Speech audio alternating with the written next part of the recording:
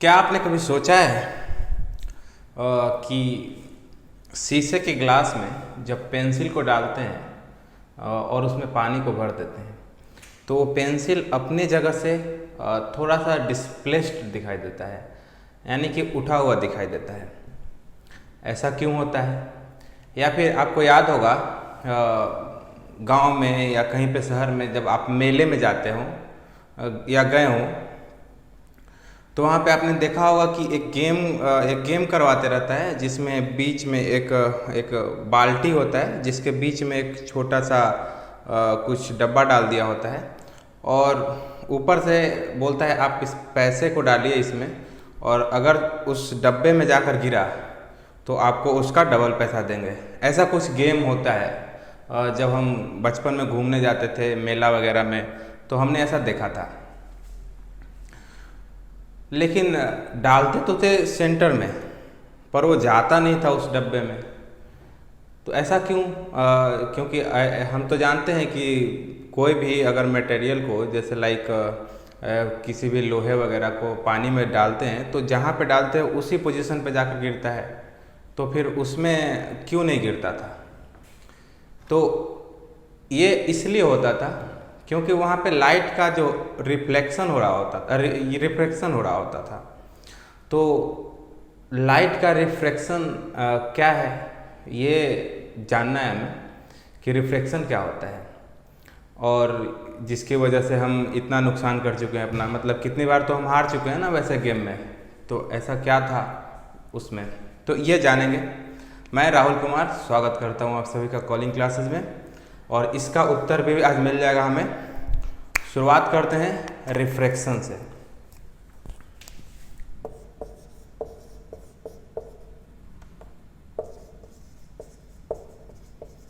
Refraction of light, ठीक है। तो होता क्या है कि अभी तक हमने रिफ्लेक्शन पढ़ा था, ये है रिफ्रैक्शन, ठीक है।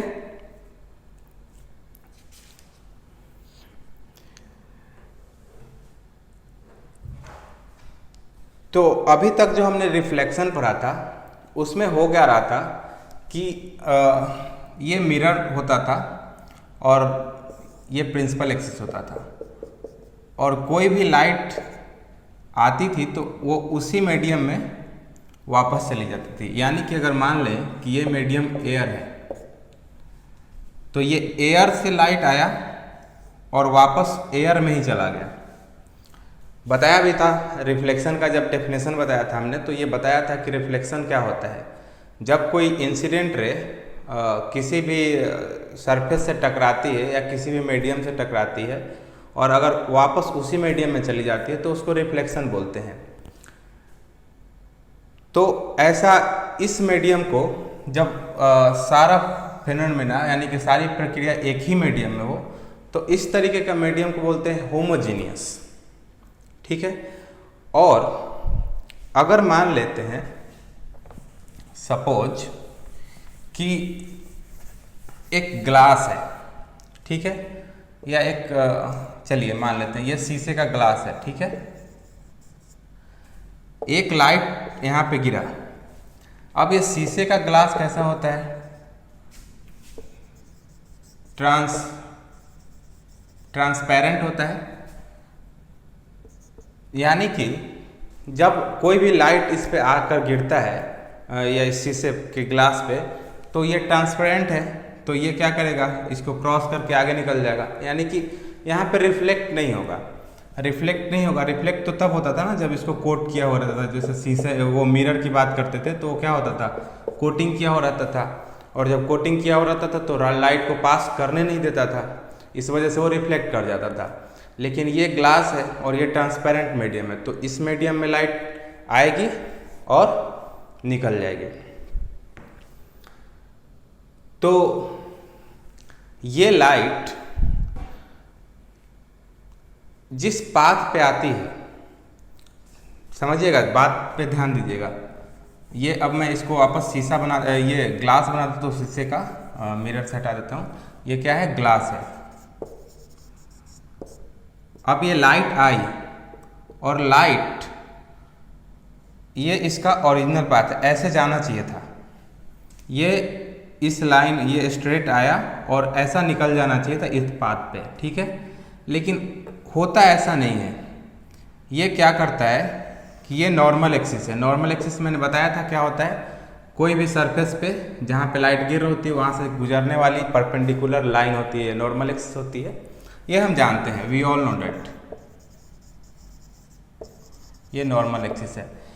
होता क्या है कि ये अपने लाइन से डेविएट हो जाता है और ये नॉर्मल एक्सिस की तरफ बेंड हो जाता है, ठीक है।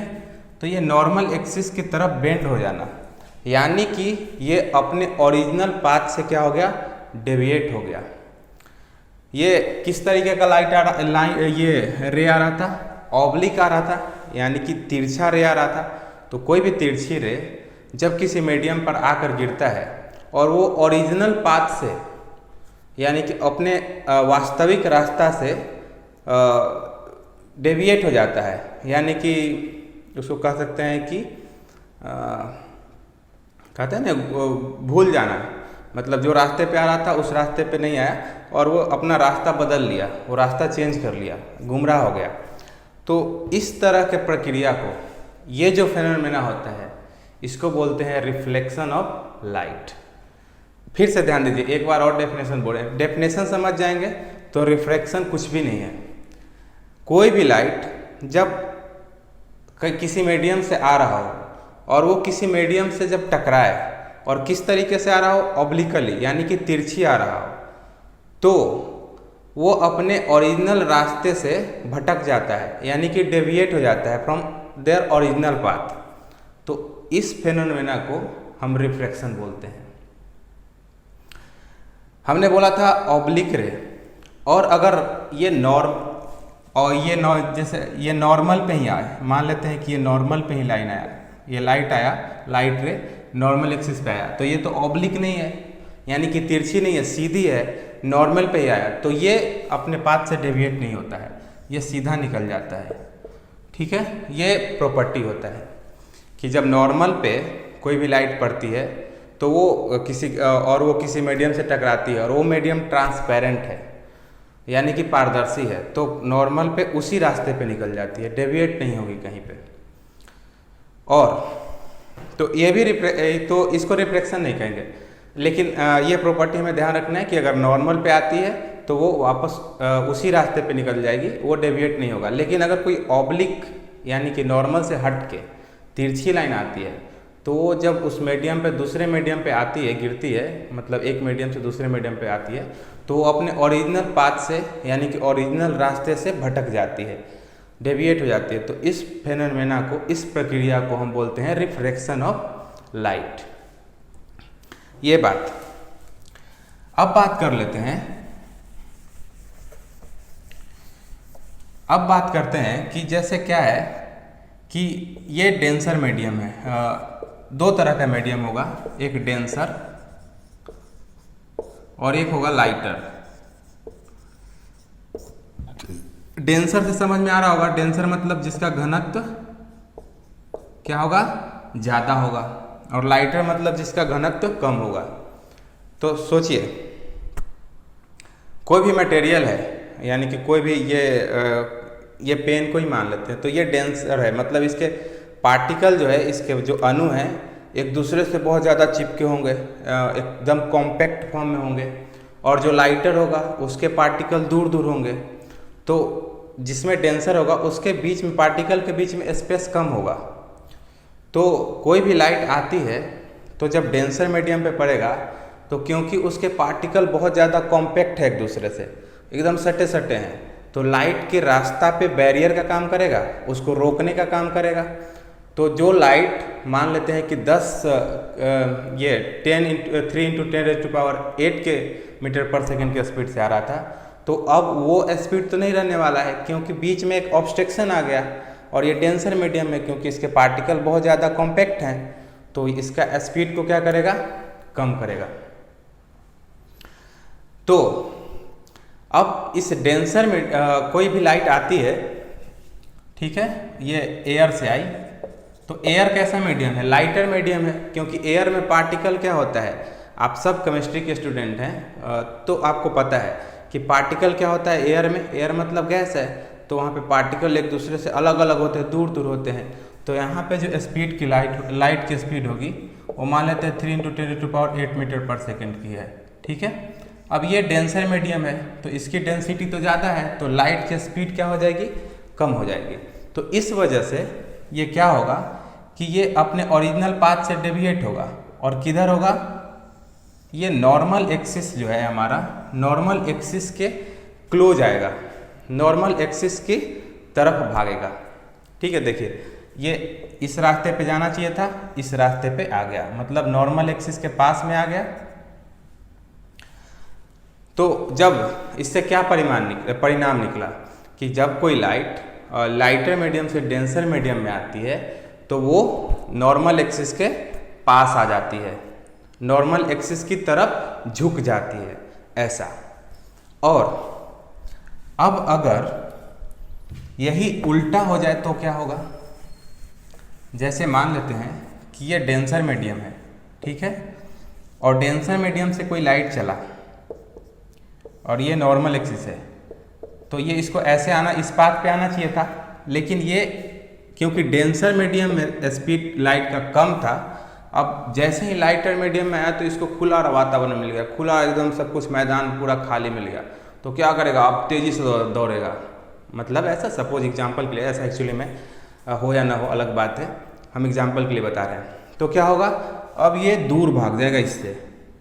अब क्या ओरिजिनल पाथ से भटक तो गया, तो जब ओरिजिनल पाथ से जैसे ही भटका तो हम बोलेंगे रिफ्रैक्शन हुआ, और जब रिफ्रैक्शन हुआ तो क्योंकि ए डेंसर से लाइटर में आया, तो लाइटर में आया तो इसके पार्टिकल जो भी है अणु वो दूर दूर होंगे, तो ये क्या होगा, नॉर्मल एक्सिस से दूर भागेगा।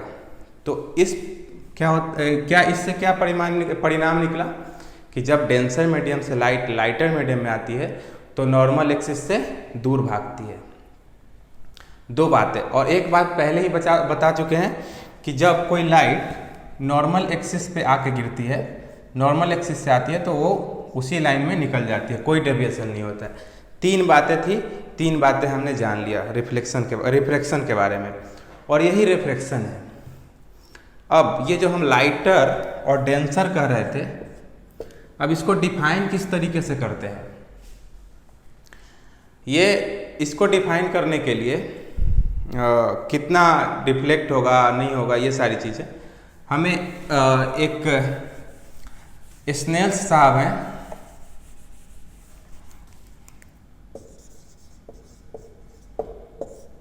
उन्होंने लॉ दिया जिसको बोलते हैं स्नेल्स लॉ, ठीक है, अगर हम सही हैं तो स्नेल्स,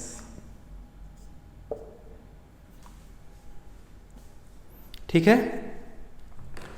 तो इन्होंने बताया कि जो sine of angle of incident जो होगा ये आई है, ठीक है, जिसको क्या बोलेंगे, angle of incident,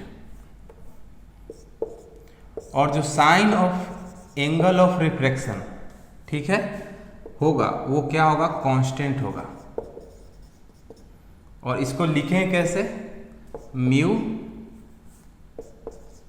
I R, तो आई को मान लेते हैं मीडियम 1, आर को मान लेते हैं मीडियम 2, तो इसको ऐसे लिख सकते हैं म्यू 1 2, ठीक है। इसको कैसे पढ़ते हैं मैं आगे बताने वाला हूँ और अच्छे तरीके से।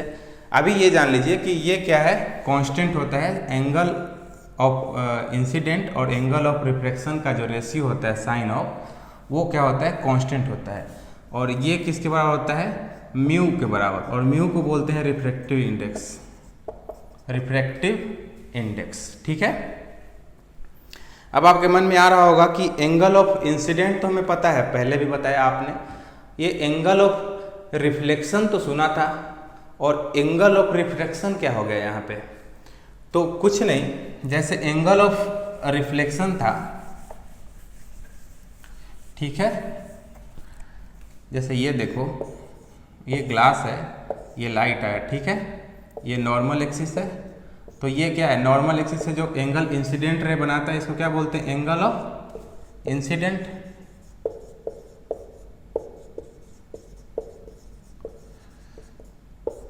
ये हो गया एंगल ऑफ इंसिडेंट। अब क्योंकि ये डेंसर मीडियम में आया है तो ये ओरिजिनल पाथ से भटक के और कहाँ नॉर्मल एक्सिस से क्लोज में आ जाएगा। तो ये जो नॉर्मल एक्सिस से ये रिफ्रैक्टेड रे, इसको बोलेंगे क्या बोलेंगे, रिफ्रैक्टेड रे, ठीक है। और ये जो रिफ्रैक्टेड रे है नॉर्मल एक्सिस से जो एंगल बनाएगा उसको आर से डिनोट करेंगे और क्या बोलेंगे इसको, एंगल ऑफ रिफ्रैक्शन, ठीक है। और इसको क्या बोलेंगे, एंगल ऑफ इंसिडेंट। ये सारी चीजें थी, हमें ये तो हम पहले से जानते थे, हमने ये एक नया जान लिया। और स्नेल्स लॉ को ही क्या बोलते हैं, लॉ ऑफ रिफ्रैक्शन भी बोलते हैं। जैसे वहां पे क्या बोलते थे, लॉ ऑफ रिफ्लेक्शन बोलते थे, यहाँ पे क्योंकि यहाँ पे रिफ्रैक्शन हो रहा है तो उस स्नेल्स लॉ को ही क्या बोलते हैं, एक और नाम क्या देते हैं, लॉ ऑफ रिफ्रैक्शन, ठीक है। ये हो गया लॉ ऑफ रिफ्रैक्शन। और एक किसके बराबर होता है, sine of I upon sine of R equal to constant, और ये क्या होता है, म्यू 1 2, ठीक है। ये बात तो ये था लॉ ऑफ रिफ्रैक्शन। अब इसके बाद हमें पढ़ना है रिफ्रैक्शन के बारे में, और ये ऐसा रिफ्रैक्शन क्यों होता है, काउज क्या है इसका, और इसके वजह से क्या होता है, ये सारी चीज़ें जानेंगे अगले वीडियो में। तो अभी तक के लिए इतना ही, मिलते हैं।